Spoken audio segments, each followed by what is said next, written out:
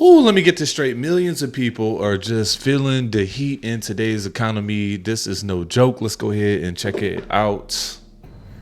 So I work in the operating room, and I just worked a 12-hour shift in the operating room, and I cannot afford my rent. I can't afford my rent. I can't afford gas. I can't afford groceries. I can't afford any of my endless other bills that I am responsible for because I am an adult. Wow. After working a 12-hour shift in the operating room. So you know what I have to do? I have to DoorDash, and it's 12:30 at night. After I've been on my feet in the operating room for 12 hours all day. I'm now out DoorDash driving. In case you were curious what the housing market is like right now, my husband and I found a house that we absolutely love, kind of a dream for us, on Thursday. We went and looked at it on Thursday. Put in an offer 10 grand over asking on Thursday. They had multiple offers already on Thursday. They decided, because they knew a bunch of people were going to be interested, to wait until Sunday, today, to do best and final offer, which means we had to put in our absolute best and final offer. We went up to 30 grand over asking, and we offered a $20,000 appraisal gap, which is if the house gets appraised for less than what you offered, you have to cover that gap with cash at closing table. So we offered that. We also, in our offer, said that we're going to do inspections, but we're not going to ask them for any concessions or repairs. So if anything came back bad, they didn't have to fix it. Also, 3-week close. We didn't even stand a chance. We lost. They had 9 offers. Nine offers. Somebody offered, I think, 40 or 50 grand over asking with a full appraisal gap, which means 40 or 50 grand. Man, what kind of house? Damn, was this house like made of 24 karat gold or something? Like, what kind of, like, bro, what made y'all go so far in, dude? Like, that's not, I don't feel like that's a great financial decision unless it's a once in a lifetime sort of build. And damn, 50,000 over asking that's not for the weak. I just actually want to die because now I'm depressed, and it was my dream house. And now someone else gets to have my dream house because I'm too poor.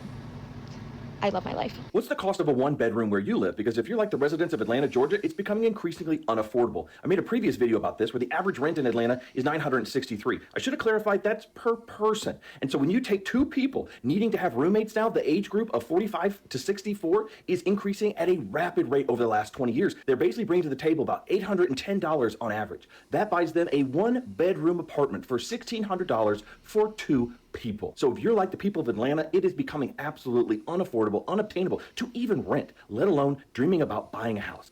I need to know the secret. Where y'all getting your money from? Because there's no way. There's no way that everybody's out here struggling yet everybody has money.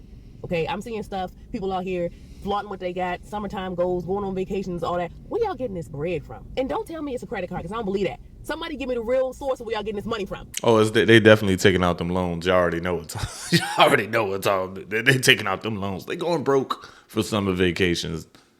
We'll do a video on that. 15-ish years ago, I was able to afford a 1-bedroom luxury apartment off a $50,000 a year salary. I was just having a conversation with someone that worked for me a couple years ago, and she's signing her first job offer, making $106,000 a year right out of college. She, I don't believe, has student loan debt. Obviously, inner city is going to be more expensive. My apartment was in the suburbs of Boston. However, she cannot find a place to rent within reason without having at least 2 roommates. $106,000 with very financially responsible person. And it's wild when I have conversations with those that are in their 60s and 70s and truly don't understand the cost of living and why the birth rate is declining. I don't know, Susie, because most people my age, and I'm a millennial, I'm 38, and most people my age and younger, they don't feel like they can responsibly take care of themselves. And so you want people to be responsible, because a lot of my friends with young kids, they have to have 2 salaries to afford life, but their childcare is the cost of their mortgage, if not more. And they bought homes at like a good time too. Like they have a really good interest rate. Like their mortgage isn't unaffordable as much as a lot of mortgages are now, but their childcare is their mortgage. So they're like owning 2 homes to have children, to be able to stay in the workforce so they can just afford life. That's why. Thursday night, my wife went and got her hair done. Man, childcare ain't no joke, man. Summer camp ain't no joke, man. We're paying over $400 a week, not even including food for summer camp. God. Done. I think it was like 110. My dog was groomed yesterday, and then me and 2 of my boys went and got haircuts, and it was, with $27 each with tip, it was about $100, and then our dog was $100 with tip was $120. So altogether, man, it's like $350 just for haircuts. So I don't know. you know, it's crazy. And you go to the store and everything is super expensive. Just curious, what are you guys doing to earn some additional money during these times? Me and my wife were both talking about the economy a few minutes ago, and you know, it's like I told her, I don't understand how people are making it today. I don't understand how people are living in this economy, because everything is so freaking expensive that if you're not making $100,000 a year, I don't know how you're doing it. Brother, are you okay, bro? Like, brother, I know life hits you hard sometimes, but this one, I had to let that one out, guys. Sorry, man. I know he's venting to us. Let's hear your man out. Hell of a lot better at managing money than I am, I can tell you that. Because she goes to the grocery store 2 or 3 times a week, every week, and spends $100, $150 every time she goes. You cannot go to the grocery store now and get out for under $100. And you might have 10 items. Well, probably, $100 ain't gonna buy you 10 items. But we never have anything in the house, and that's what got it started. I'm like, there's never anything to eat here. And she said, well, it's so freaking expensive. By the time you go buy for one meal, that's it. And she's right. That's true. And it just got me thinking, how are people doing it? How are people even feeding themselves, much less feeding a family? If you're making a job with, $15, $16, $18 an hour, I don't know how you're doing it. I don't. How are you keeping yourself alive and a roof over your head? I don't get it. I don't get it. You must be a hell of a lot better at managing money than I am. We're talking about how unaffordable it is to be in the US. I'm seeing all these videos. I would just like to say that it is 100% some kind of game, because I would buy the exact same L'Oreal shampoo and conditioner, the Revive, like super gloss, exact same one for €6 in Spain. And it is $12 to $15 here a piece. €6, $15, same thing, same exact thing. What? And the math on that is €6, it's $7. For it to be the same price would be $7 here. And I just bought shampoo and conditioner, and it was, I think, like 14 something for each. So $30 to get shampoo and conditioner. Just we're getting screwed. The biggest recession indicator to me is that folks can't even afford to live in trailers anymore. Don't I remember when that used to be for poor folks? Like, you used to... What? People can't afford to live in trailers no more. I just thought about that. People are jumping straight to vehicles and RVs and storage units and all this other stuff to live in. But damn, I forgot. Like, people just jump straight over to trailer parks. Get bullied if kids found out that you lived in a trailer. Don't let them find that shit out. They're gonna call you poor, trailer trash, all types of shit. Nowadays, that's the American dream. It's like, God, maybe one day I'll be able to afford a trailer. Maybe if I just pick myself up by my bootstrap and I work real hard, maybe I'll be able to afford a single wide. We have lost the plot entirely. I was on Facebook Marketplace. They wanted $50,000 for a 1980 single wide in a trailer park plus $800 a month lot rent. Are you smoking? What? It gets Probably to so. a point, like, ain't no way. Same thing if you, like, go to the people that build them. Like, if you want a brand new single wide, I went to Clayton Homes just to get a look around. Some of them single wides was going for $90,000. Oh, and that's just a single wide. Like, that's not including the land, the permits, the hookup, all that shit. What are we doing? No, seriously, what are we doing? I can't even afford to buy a single wide trailer. What's lower than low class? Because that's me. And I'm not talking shit about trailers because I'm currently renting a double wide. I was looking into buying. I can't afford that shit. What are we gonna do, y'all? I don't know. I have seen video after video Terrible. after video talking about people talking about going into foreclosure, eviction notices, living paycheck to paycheck, and same. Yep, we are living paycheck to paycheck. And I got to thinking, I remember 14 years ago when my daughter was born, I had no money, pretty much. I mean, I was working as a waitress, I was young, I was a freshman in college, thinking if I made this much money, I would be living stress-free. I do make that much money now. In fact, I make more money than that. I make good money. My husband makes good money. And That's we good. are living paycheck to paycheck. Just over the last 5 years, our car insurance has doubled, almost tripled, and no, we don't have any new tickets, no car accidents, nothing. Our phone bill has doubled, and I've paid off pretty much all of our phones. Still keeps going up. Our mortgage has gone up $600, $700 since we bought our house 5 years ago, just from an increase in homeowners insurance and property taxes. Our medical insurance has gone up. More money is being taken out of our paychecks or whatever. Grocery bills, can't even fathom how much more it's gone up. At least $600 a month. Like, this blows my mind. Like, we worked our way from the bottom to have like these really nice careers, thinking like, oh, this is it, like we finally made it, and we're still living paycheck to paycheck, like, and barely making it, literally stressing out about finances all the time. If this was 20 years ago, we probably would have been considered upper class, or I know we would have been considered upper class, and now we are literally barely hanging on. Like, It blows my mind, and I don't understand how this is okay in any way. And all I can picture is like these billionaires sitting up in their like little offices and just like laughing about how. You know, it's crazy as I'm thinking, like, she's saying this, and it's just like, man, a lot of people need dual income to afford rent, right? But it's getting to a point where you need like tri-income. You need triple the income. First of all, you need to make triple the amount of money in a month to even qualify for some of these apartments. But like, that's when you need extra people. Like, you need triple now.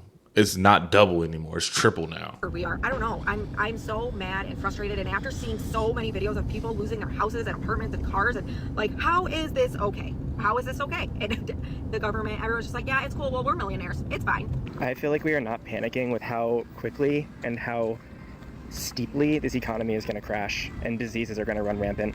Like, I still cannot throw that believe out there. tap to pay works. We have this entire credit system. This entire economy is built on buy now, pay later, buy now, pay later, buy now, pay later. And at first it's designed as a good thing. It's people want to get a house, which they can't afford with the money that they earn from their drugstore. So the bank will give them a small loan with a small interest rate, and they'll pay it back over time, and everything will kind of spur away. And now we've turned everything into that. That's why this is going to be so much worse than 2008, because 2008 was only housing. That's the crazy thing. We talk about how 2008 hit all of these different sectors of the economy, but it's just because housing went down. It was because these banks and these subprime mortgage-backed securities that people, the entire thing, they were just giving out bad loans to people who would never ever pay them back. So they're giving 5 loans to somebody who makes $20 an hour for 5 different houses. That's the Big Short. That's the entire thing. Now that's everything. Now that's the entire economy is built on that. And that's what's so crazy when you think about how far this is going to crash. Like, boomers are still saying, you know, we know a recession is coming, but you got to keep your money in the market, because like when the market returns, and it always does, you're going to want to get those gains. You know, you want a dollar cost average, but it doesn't work if there's no money. We're now at the point of you can finance your food. Like, people are so poor that you can actually finance your food. We went from... Man, like, have y'all ever seen the buy now, pay later at like Taco Bell and McDonald's or like DoorDash, right? Go ahead and get you a taco. You pay like $1.30 on it this week and continue to pay the $1.30 next week. That shit does not make no sense. Who's doing that? Being able to finance a house to financing a burrito. That's insane. Just from a purely economic standpoint, forget the moral issues of everybody should have food as a human right. We're so far past that. The unemployment rate is 4.2% or 4.9%. Like, give me a break. 96% of people are employed. And that's not even to mention like adequately employed. Like, I think if you wanted to look at a real unemployment measure, you would look at like how adequately employed people are for their skill set and knowledge base. There's no chance that 96% of people are employed right now. When most of my college friends are either vastly underemployed or unemployed now. So that number is just completely wrong. I don't think you guys are going to be ready for me to tell you how much I just spent on groceries and show you what I got. Here, wait, let me show you what I got, okay? Sour cream, salsa, cheddar cheese, turkey bacon, taco shells, 2 bags of tortilla chips. So they were like, I would get one 50% off, okay? So there's some deals in here. 2 things of salsa packets, these are like $1 each. Sourdough bread, tortillas, a frozen thing of riced cauliflower, baby spinach, and kind protein bars. Okay, this is it right here. Let me flip the camera around. This is what I bought, right here. Get you some tacos, huh? This is it. This is it. A salad. This cost me $75. Oh, and I had $2 off because I'm a frequent shopper. Yep. Damn, that's nothing, dude. Like, look at that, dude.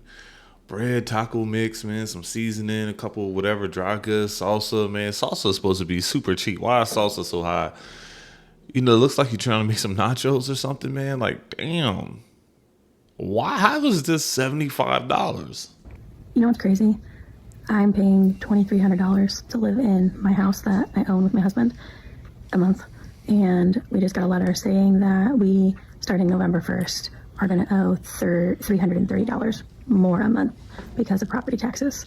So for our almost 1,800 square foot house, we're going to be owing $2,600 a month. It's absolutely insane. I don't know where to go anymore.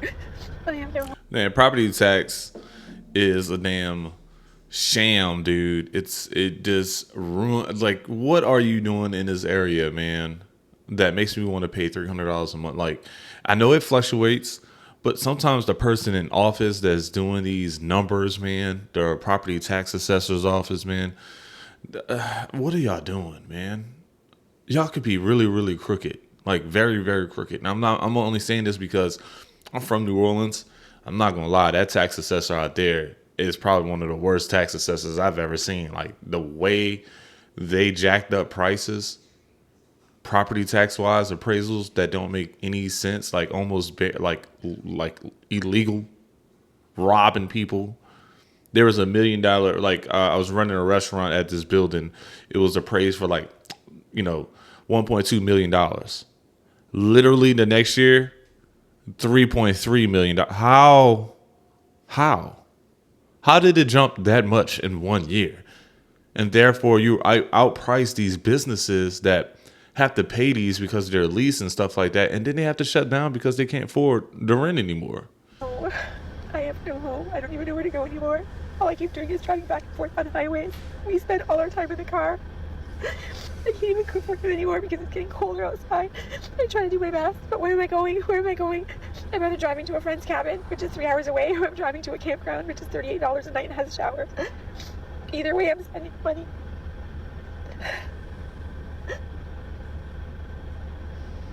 Inconvenience. This is inconvenience. They evicted me. I was just starting a new business, hoping to build a financial future, and now all that debt I'm carrying with me too. Crazy. City of St. John's. We are living in a retirement nightmare right now with so many people facing homelessness. You know, when I grew up, seeing your parents, and then for me, working decades, you think retirement is a time of peace and quiet. You're rewarded for all your hard work. And for so many, it has become a complete nightmare.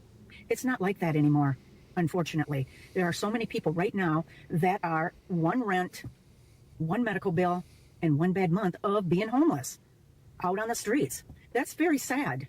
But that, unfortunately, is the reality that we are living in right now. I grew up believing that after working really hard for years, and everything would be fine. You know, you're putting into your 401k.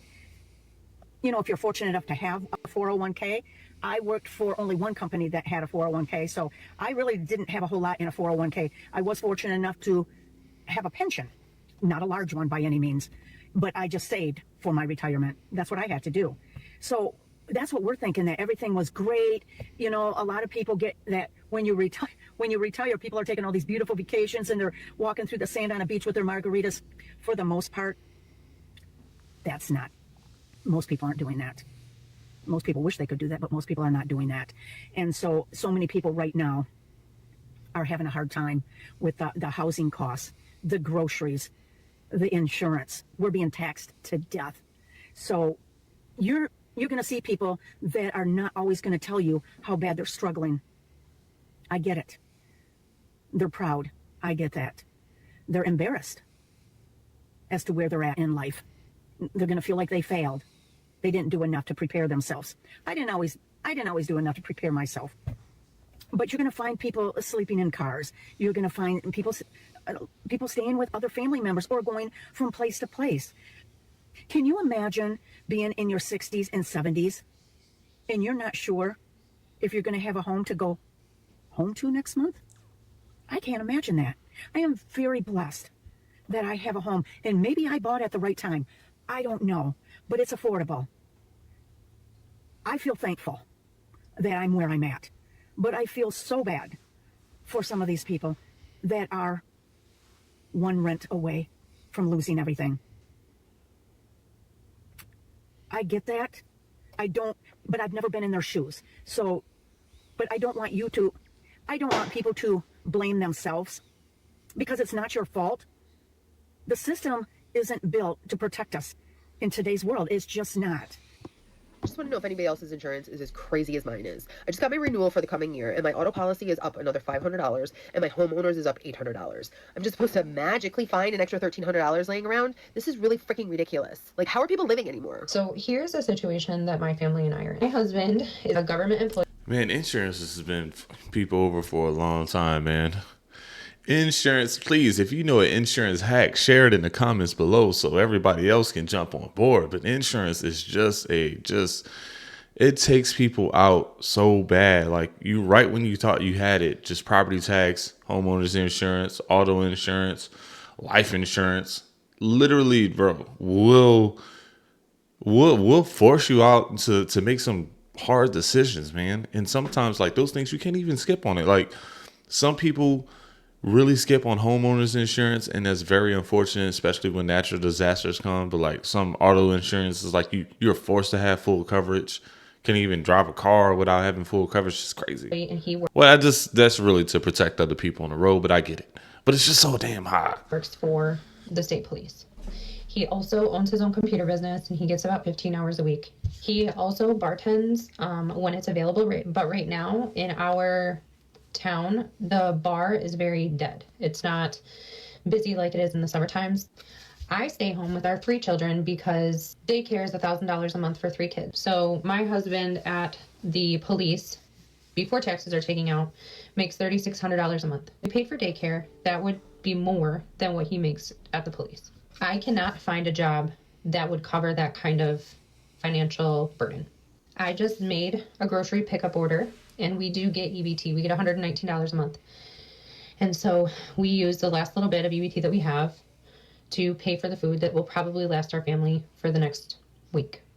On top of that, our car insurance went from $298 to $540 a month. Oh my God. Our property taxes increased, and so that means our mortgage increased. Inflation is incredibly high. Grocery prices are incredibly high. And gas prices are incredibly high. I texted him today and I said, I don't know how we are going to pay our insurance, which is $540 a month. I don't know how we are going to pay for our phone bill because that is $300 a month, and we do not have brand new phones. We do not have a payment plan. That's just how expensive it is to have two phone lines at AT&T. Our electric bill is $220 also due at the end of the month. And right now we have $230 in our checking account. And what we needed for food was not covered fully by UET, so I had to pay $89 out of pocket to get the rest of the food that we need. That's going to only last us about a week and a half. My husband works 3 jobs. I stay home to prevent daycare costs because I would be working to pay somebody else to take care of our children. This is the America that we live in. Man, the transition to have like raising young kids in that daycare phase and trying to do it like that way to where you're trying to chase a career is one of the toughest decisions. There's so many parents, moms or dads, or they just stay home to save that daycare cost because it just costs so much. I can only imagine doing it for 1 kid or even 2 kids, because I have 2. But she has 3, so I can only imagine the parents that are just forced to stay home because it's cheaper to watch your own kids than to go to work. And therefore you're putting the load on your man, the man's back, most likely, or the female sometimes. And it's that single parent, that single work parent's back, and it's so much, right? Look, if I do have to say this, I know I've been in this phase before where it's young kids going to daycare and you feel like there's not an end. Look, there's always an end. Let the kids grow up. There's going to be some years. There's going to be a few long years, but that's one of the pains of being a parent, right? And trying to work and chase your career. But like, this is what the penny pinching, the tightness comes from, because you are raising 3 little kids. It's going to come at a cost, So I really hope that your conditions improve, to be honest. And because that's just like a lot of Americans right now. But, let me know what you guys think. Would you stay at home and watch your kids, or would you try to chase your career and pay daycare to do so? Let me know in the comments below, and don't forget to like, comment, and subscribe. I will see you on the next video.